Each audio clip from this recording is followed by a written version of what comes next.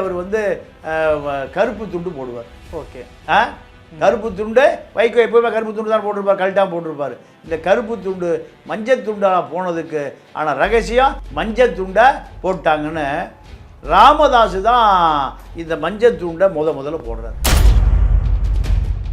திமுக கட்சியோடு மதுரையிலேருந்து திருச்செந்தூர் நோக்கி ஒரு பெரிய பயணம் போனார். அதுதான் இவர் ஜோசியர் குறித்து கொடுத்து, ஆன்மீக குறித்து கொடுத்து, குடும்ப பெண்கள் குறித்து கொடுத்து சென்ற ஒரு ஆன்மீக பயணம். அதுக்கு பேர் கருணாநிதி 100 ஆண்டு காலம் வாழ்வதற்கு அது ஒரு தடையாக இருக்குங்கிறார். யார்? சாய்பாபா சொல்கிறார். சொன்ன பிறகு மக செல்வி, மனைவி தயாளம்மா, 2 பேரும் நீங்கள் உடனே இல்லைம்மா அவர் ஒரு பெரியார் தொண்டர், நான் எப்படி உங்கள் வீட்டுக்கு வந்து என் பாதம் எப்படி உங்கள் வீட்டில் படும்? எங்களுக்கு எங்கள் அப்பா உயிர் தாங்க முக்கியம். கட்சியாவது கொள்கையாவது பெரியாராவது மணியம்மையாவது நாகம்மையாவது நீங்கள் எங்கள் வீட்டுக்கு வந்தே ஆகணும். இதுதான். அப்போ நிதி கொடுக்குறேன்னு நிதி கொடுக்குறார். அப்போவே ஏதோ ஒரு 10 கோடி ரூபா கொடுக்குறார். இந்த 10 கோடி நிதி கொடுக்குற காரணத்தை வைத்து கருணாநிதி சந்திக்கணும்னு முடிவு சந்திக்கிறதுக்கு ஒப்புதல் வாங்கிட்டாங்க. இவர் வந்தால் சில மந்திரங்களை உபநிதங்களை உச்சரித்து சில பொருள்களை வீட்டை சுற்றி போட்டால் இவருடைய ஆயுளை குறைக்கக்கூடிய அந்த துர்தேவதைகள் விரட்டிடுவாங்கிறார். விஜய்க்கு அவருக்கும் இப்போ விஜய் பெயரை தவறாக பயன்படுத்தி பல கான்ட்ராக்டுகள், பல தொழில் முனைவோரோட பல கோடிய முறைகேட்டில் ஈடுபடுறார், மோசடியில் ஈடுபடுறான்னு புகார் அரசுக்கு நிறைய போகுது. போன பிறகு இப்போ அவர் முழுக்க இந்த தெலுங்கு ரெட்டி லாபியில் தான் இருக்கார்.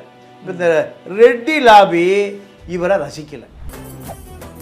மெரிபா பன்னீர் சோடா, ஐ ட்ரஸ்ட் மெரிபா. ஆச்சி மசாலா, எந்த சமையலும் ருசி தேடும் ரகசியம் 20 ரூபாய். சட்டமன்றத்தில் நடந்த நிகழ்வுகள்லாம் பார்த்துருப்பீங்க. அதில் பல விஷயங்கள் இருந்தாலும் நீ வந்து சங்கி அமைச்சர்னு சொன்னதாக இருக்கட்டும், கரூர் கம்பெனின்னு சொன்னதாக இருக்கட்டும், கக்கூஸில் போய் எட்டி பார்க்க சொன்னது, இந்த விவாதங்கள்லாம் பார்த்துருப்பீங்க. அதில் ஒரு இடத்துல சிடிஆர் நிர்மல்குமார் சொல்கிறார், மஞ்சத்தூள் போட்ட ரகசியம் ஜோசியம் பார்த்த ரகசியம் எங்களுக்கு தெரியும் அப்படின்னாரு.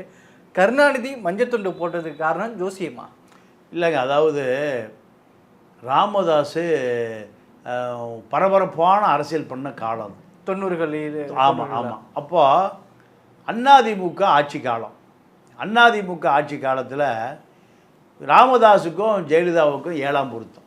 அப்போ ராமதாஸ் என்ன பண்ணுறாரு, ஒரு வன்னிய பெருவிழா அன்று நிகழ்ச்சி கருணாநிதியை விழுப்புரம் கூட்டிகிட்டு போகிறார். கூட்டிகிட்டு போய் ஆயிரக்கணக்கான வன்னிய சமூக மக்கள் உட்கார்ந்துருக்காங்க. உட்கார்ந்துருக்கும்போது நீங்கள் துண்டு மஞ்சள் கலர் யாருக்கு சொந்தமானது? சத்திரிய வன்னியர் குலத்துக்கு சொந்தமானது. நீ அக்னி பானை 2மே. அப்போ அந்த மேடையில் வச்சு கருணாநிதிக்கு ராமதாஸ் நீங்கள் தான் அடுத்த முதலமைச்சர், வன்னிய மக்கள் அத்தனை பேரும் உங்களுக்கு மஞ்சள் சால்வை சாத்திட்டாங்க, மஞ்சள் துண்டை போட்டாங்கன்னு ராமதாஸ் தான் இந்த மஞ்சள் துண்டை முதல்ல போடுறார். ஓகே. போட்ட பிறகு தான் கருணாநிதி மஞ்சள் துண்டு மைனராக மாறுறார். அதுக்கு முன்னாடி ஒரு என்ன கலர் போட்டிருந்தார்? அதுக்கு முன்னாடி அவர் வந்து கருப்பு துண்டு போடுவார். ஓகே. கருப்பு துண்டு வைகோ எப்போயுமே கருப்பு துண்டு தான் போட்டிருப்பார், கழட்டாமல் போட்டிருப்பார். இந்த கருப்பு துண்டு மஞ்சள் துண்டாக போனதுக்கு ஆனால் ரகசியம் ராமதாஸ் போட்டால் தான். இப்போ ஜோசியத்தை தான் காரணம் அப்படின்னாங்க. ஜோசியம் ஏதாவது அடிபட்டுச்சா? இல்லைங்க, அதாவது எம்ஜிஆர் உயிரோடு இருந்த காலத்தில் சுப்பிரமணிய பிள்ளை கொலை வழக்கு திருச்செந்தூரில் ஒரு வைர வேல் இருந்தது. யாரோ நேர்த்திக்கடனுக்காக போட்ட வேல், வைரத்திலே செஞ்ச வேல். அந்த வேலை அந்த கோயிலேருந்து திருடிட்டாங்க. அந்த திருடி அந்த கோயில் யாருக்கு போனது என்பது ஒரு பெரிய ரகசியம். இப்போ நம்ம யாரையுமே சொல்ல முடியாது. ஏன்னா எம்ஜிஆர் மீது உள்ள மரியாதையின் காரணமாக, ஆரம் வீரப்பன் மீது உள்ள மரியாதையின் காரணமாக நம்ம அதை சொல்ல முடியாது. ஏன்னா மற்ற அரசியல்வாதிகளை விட எம்ஜிஆருடைய ஆட்சி என்பது காலத்தால் மறக்க முடியாத ஒரு பொற்காலம். ஈழத்தமிழர்களுடைய வளர்ச்சி அந்த காலத்தில் தான்.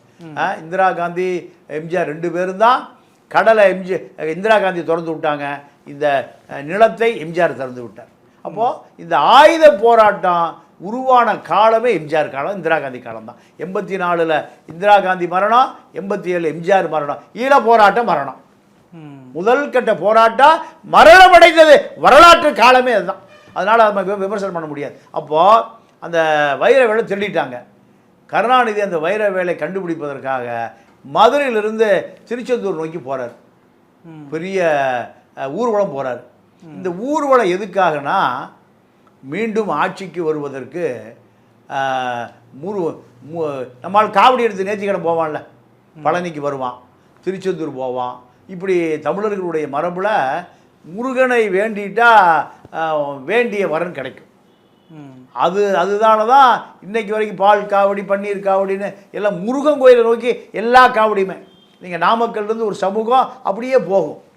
இப்படி பல விஷயம். இதில் ராஜாத்தி அம்மா, ஏன்னா எம்ஜிஆர் ஆட்சிக்கு வந்து 77, 77லேருந்து 89 தான் மீண்டும் திமுக ஆட்சிக்கு வருது. அப்போ இனிமேல் எம்ஜிஆர் காலத்தில் ஆட்சிக்கே வர முடியாதுன்னு முடிவுக்கு பண்ணிட்டார் கருணாநிதி. கருணாநிதி குடும்ப பெண்கள் என்ன பண்ணுறாங்க, நீங்கள் நடைபயணம் போங்க எங்கள் காவடி எடுத்துகிட்டு. கருணாநிதி காவடி எடுத்து நடைபயணம் போக முடியுமா? அப்போ இதை ஒரு காரணமாக வச்சுட்டு வைர வேல் திருடு போய்விட்டது நியாயங்க. இவருக்கு திராவிட இயக்கத்துக்கு வைரவேலுக்கு என்ன சம்பந்தம், திருச்செந்தூருக்கு என்ன சம்பந்தம், எவ்வளவோ பிரச்சனை இருக்குது. அப்போ கருணாநிதி மீண்டும் ஆட்சிக்கு வருவதற்கு காவடி எடுக்காமல் திமுக கட்சியோடு மதுரையிலேருந்து திருச்செந்தூர் நோக்கி ஒரு பெரிய பயணம் போனார். அதுதான் இவர் ஜோசியர் குறித்து கொடுத்து, ஆன்மீக குறித்து கொடுத்து, குடும்ப பெண்கள் குறித்து கொடுத்து சென்ற ஒரு ஆன்மீக பயணம். அதுக்கு பேர் பகுத்தறிவு பயணமாக மாறிப்போச்சு. இன்னொன்று, நான் ஒரு சில புகைப்படங்களை பார்த்துருக்கேன். அது உண்மை நிலை என்னன்னு சொல்லுங்க. ஒரு தடவை கருணாநிதி இருக்கிறாரு, சாய்பாபான்னு ஒருத்தர் மொழி எல்லாம் வீட்டுக்கு போனாங்க. அது என்ன விஷயங்க? அதாவது சாய்பாபா பக்தர் தயாளம்மா. ஓகே. அந்த அம்மா பக்தர். அப்போது அடிக்கடி புட்டபத்திக்கு செல்வியும் தயாளம்மா அம்மாளும் மகளும் போவாங்க எங்கள் கர்நாடக புட்டபத்திக்கு. அப்போது சாய்பாபா சொல்கிறார், உங்கள் வீட்டில் நான் ஒரு யாகம் வளர்க்கணும், யாகம் வளர்த்து அந்த உங்கள் வீட்டில் சில துர்தேவதைகள் இருக்குது, அதை தவிர்த்தால் கருணாநிதி 100 ஆண்டு காலம் வாழ்வதற்கு அது ஒரு தடையாக இருக்குங்கிறார். யார்? சாய்பாபா. சாய்பாபா வந்து யாருடைய பக்தர்னு கேட்டிங்கன்னா, நீங்கள் ஷிரடி பாபாவுடைய சக்தர். ஷிரடி பாபா ஒரு முகமதியர். ஆமாம். அப்போது ஐயோ என்ன ஆயுசு ஏதாவது இடைஞ்சலா? ஆமாம் இடைஞ்சல். யார் சொல்கிறா? சாய்பாபா சொல்கிறார். சொன்ன பிறகு மக செல்வி, மனைவி தயாளம்மா, 2 பேரும் நீங்கள் உடனே இல்லைம்மா அவர் ஒரு பெரியார் தொண்டர், நான் எப்படி உங்கள் வீட்டுக்கு வந்து என் பாதம் எப்படி உங்கள் வீட்டில் படும்? எங்களுக்கு எங்கள் அப்பா உயிர் தாங்க முக்கியம். கட்சியாவது கொள்கையாவது பெரியாராவது மணியம்மையாவது நாகம்மையாவது நீங்கள் எங்கள் வீட்டுக்கு வந்தே ஆகணும்.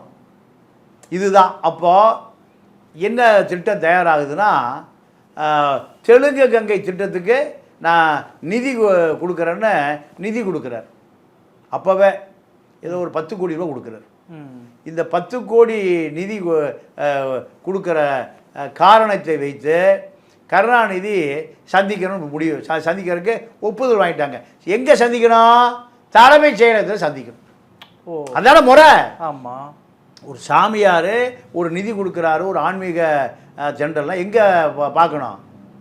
தலைமைச் செயலகத்தில் பார்க்கணும். எங்கே பார்க்குறாரு? கோபாலபுரம் இல்லை. ஏன் வீட்டில் இவர் வந்தால் சில மந்திரங்களை உபநிதங்களை உச்சரித்து சில பொருள்களை வீட்டை சுற்றி போட்டால் இவருடைய ஆயுளை குறைக்கக்கூடிய அந்த துர்தேவதைகள் விரட்டிடுவாங்கிறார். அவரையே விரட்ட முடியாமல் பசங்க போய் அங்கே அவர் ஒரு 5 பேர் 6 பேரை சுட்டு கொன்று அவர் ஒரு மருத்துவக் கல்லூரி மாணவியை அவர் பாலியலுக்கு இச்சைக்கு பயன்படுத்தி யார்? சாய்பாபா. அந்த கல்லூரி மாணவியுடைய நண்பர்கள் தோழர்கள் போய் சாய்பாபா கொல்ல போகிறான். 5 பேர் சுட்டு அங்கே 5 பேர் பாடி கிடக்குது. எங்கே? அவருடைய ஆசிரமத்தில், புட்டபர்த்தியில். இதெல்லாம் பழைய கதை. பூட்டா சிங்னு ஒரு ஹோம் மினிஸ்டர் இருந்தார். கொற்ற மலையில் இடுப்பளவில் நீந்தி சாய்பாபா போய் பார்க்குறாரு. எவ்வளோ பெரிய பவர் சென்டர் பாருங்க டெல்லி. ஆமாம், பெரிய சச்சின்லேருந்து பல பேர் அவருக்கு. ஆமாம் ஆமாம் ஆமாம். அப்போது கருணாநிதி வீட்டுக்கு வந்து கருணாநிதியை அப்படியே பாலும் பழமும் போட்டு காலை கழுவுது. யார்? தட்டில் வச்சு எலுமிச்சம்பழம் சிறுநூறுலாம் வச்சு. யார்? தயாளம்மா. அந்த படம் எல்லாமே வந்து. அப்போது கருணாநிதியை அவர் ஆசீர்வாதம் அந்த படம்லாம் எடுக்கலை. கருணாநிதியை தலை மேலே கையை வச்சு 5 நிமிஷம் மந்திரம் ஓதுறாரு.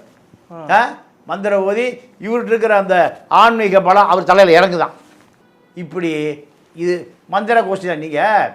நீங்கள் இப்போ நான் இந்த திருக்கோளை இருக்குல்ல, திருக்கோளை கருணாநிதி பிறந்த வீடு, அந்த கோயில் பெரிய குளம் போயிருக்கீங்களா? அங்கே திருக்கோளை அந்த அவர் தான் அந்த பிறந்த இடம். அதுலேருந்து ஒரு 10வது இடம் தான் அங்கே ஒரு கோயில். அதான் குலதெய்வம் உங்களுக்கு. அப்போ வருடம் குலதெய்வ சாமியை தயாளம்மா, ராஜாஜி அம்மா, 2 அம்மாக்களும் கருணாநிதி எல்லாமே குலதெய்வம் கும்பிடுறது வழக்கம் தானே. அங்கே பொங்கல் வச்சு சாமி கும்பிடுறது வழக்கம் தானே. அப்போது கருணாநிதியை பொறுத்த வரைக்கும் பெரியார் தொண்டன்னு சொல்லிட்டு பெரியாரை ஒழித்ததில் முதல் குண்டனே பெரியார் கருணாநிதி தான். பெரியார் தொண்டன் அல்ல, பெரியாரை ஒழித்த குண்டன். ஆன்மீகம் என்பது அரசியலுக்காக நடிப்பதான தவிர உண்மையாக அவன் குடும்பம் பூரா துர்காமா போகாத கோயில் உண்டா? துர்காமா போகாத கோயில் உண்டான்னு இதெல்லாம் ஏமாற்றுவதற்காக. அதனால் மஞ்சத்துண்டு மைனர் பல ரகசியங்களை வைத்திருக்கிறார். நம்மளே ஏற்கனவே பேசியிருந்தோம். வெற்றி டிவியுடைய லோகோ வெளியீட்டு விழா நடந்துச்சு. அதில் பலருமே பங்கேற்றிருந்தாங்க. அதில் வந்து ராதன் பண்டிட் சொல்லும்போது வெற்றி தமிழக வெற்றி கழகம்னு பேர் வச்சது நான், கட்சிக்கு பேர் வச்சது நான், இந்த வெற்றி இது குறித்து எல்லாமே இந்த சேனலுக்கு பேர் வச்சது எல்லாமே பண்ணது நான் தான் அப்படின்னு சொல்கிறாரு. இந்த ஜோசியத்தோடு போது இதையும் நம்ம பேச வேண்டியதாக இருக்குங்களா? அதாவது இப்போது வெற்றி லோகோவை வேறொரு நிறுவனம் நாங்கள் தான் பதிவு பண்ணோம். இப்போ புதிதாக வெற்றி லோகோ முன்னாள் சட்டமன்ற உறுப்பினர் விஜயதரணி, டிஏசின்னு ஒரு பெரிய பில்டர், அதே போல் சிங்காரவேலன்னு ஒரு கப்பலில் ஒரு சமையல்காரர் பல பேரை ஏமாற்றி பல வழக்கு. நீங்கள் திமுக ஆட்சி காலத்தில் அவர் சிறையிலே வைக்கப்பட்டார். நம்மளே பேசியிருக்கோம். இப்போ இவர்கள்லாம் சேர்ந்து 28 கோடி ரூபா முதலீடு. எங்கன்னா ஈக்காட்டு தாங்கல்ல அலுவலகம்லாம் பார்த்துட்டாங்களாம். இப்போ இங்கே இந்த லோகோவுக்கான அத்தனை ஆன்மீக ஆலோசனைகளையும் நம்ம ராதன் பண்டிட் தான். ராதன் பண்டிட்டை பொறுத்த வரைக்கும் இப்பொழுது விஜய்க்கு அவருக்குமான தூரம் இடைவெளி ரொம்ப அதிகரிச்சிருச்சு. இப்போ இந்த ராதன் பண்டிட் தாவேகா பெயரையோ அல்லது தாவேகா அமைச்சர்களையோ அதிகார மையங்களையோ பயன்படுத்தினா அவர் சிறைக்கு போவது உறுதி. ஏன்னா விஜய்க்கும் அவருக்கும் இப்போ விஜய் பெயரை தவறாக பயன்படுத்தி பல கான்ட்ராக்டுகள், பல தொழில் முனைவோரோட பல கூடிய முறைகேடில் ஈடுபடுறார், மோசடியில் ஈடுபடுறான்னு புகார் அரசுக்கு நிறைய போகுது. போன பிறகு இப்போ அவர் முழுக்க இந்த தெலுங்கு ரெட்டி லாபியில் தான் இருக்கார். இப்போ இந்த ரெட்டி லாபி இவரை ரசிக்கலை.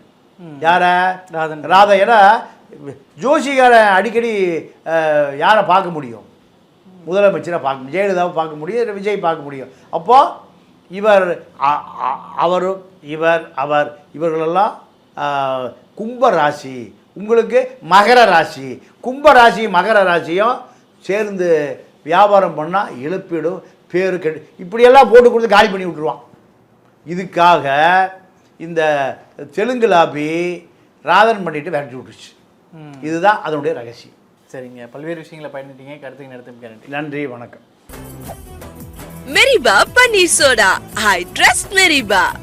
ஆச்சி மசாலா. எந்த சமையலும் ருசி தேடும் ரகசியம் 20 ரூபாய்.